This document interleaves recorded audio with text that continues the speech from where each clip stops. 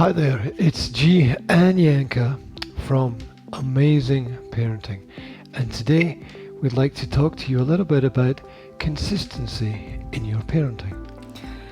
Absolutely. We should all strive to be consistent with our children because a consistent environment for our children is really helpful to them. This doesn't mean that they need to have some kind of rigid routine to follow every day, but we should be consistent in the rules that we are following, and we should be consistent in our family values and morals.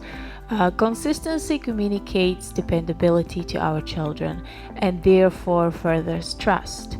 This means that they know that when we say something, we mean it and it always applies. And that just makes it easier for them to know what they can expect from us and the other way around. Yeah, it's very often important to develop new habits.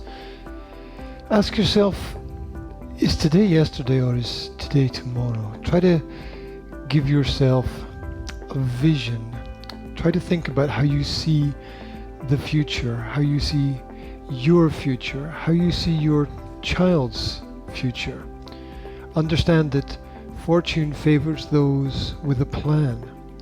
And once you have a plan, you have a destination. Then you can plan your journey, you can take the steps you need, and you can form the habits that develop consistency. Let's think about what we give our children when we are being consistent. What are we teaching them? When we have some kind of set of rules that our children know about, that are clearly communicated and can be expected, then we are giving our children power. We are giving them the responsibility, and they can decide by their actions about their faith, because they know exactly what effect will their actions have. Therefore, if my child is not allowed to eat ice cream for breakfast, but they decide to do so, they know that this is not something that they're supposed to do, and they know that there might be consequences, and we should have clearly communicated consequences for these situations.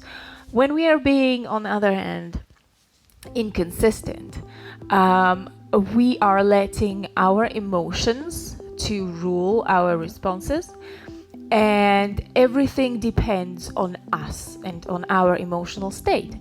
And therefore, our children have absolutely no power over anything in the situation.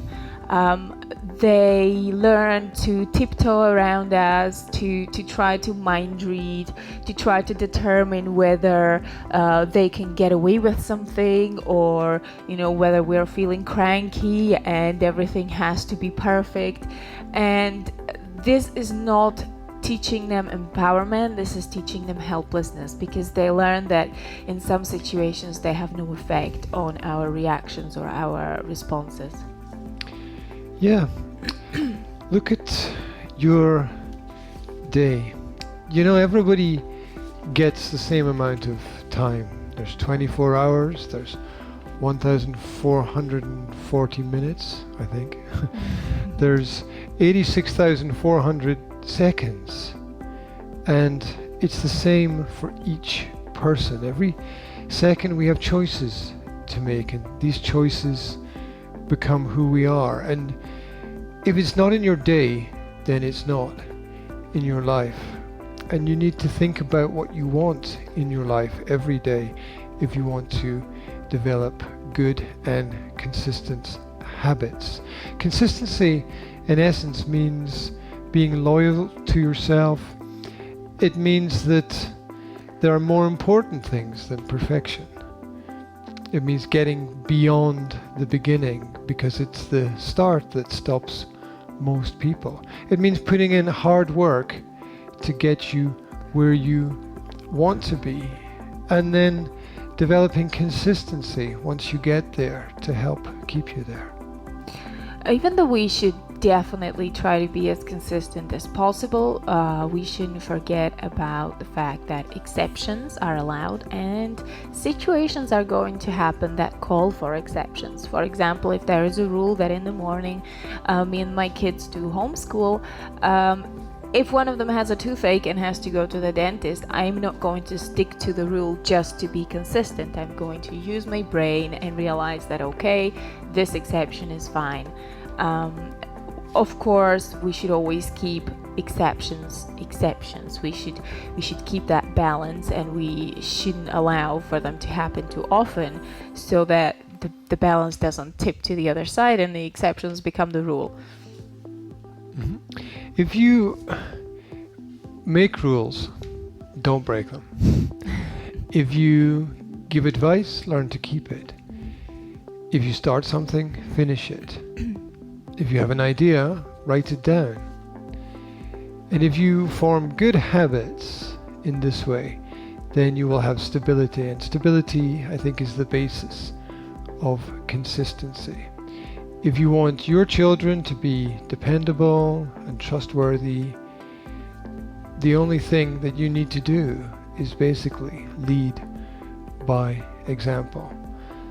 And life's a long game, so you have to be in it for the long run. It's much more of a marathon than a sprint.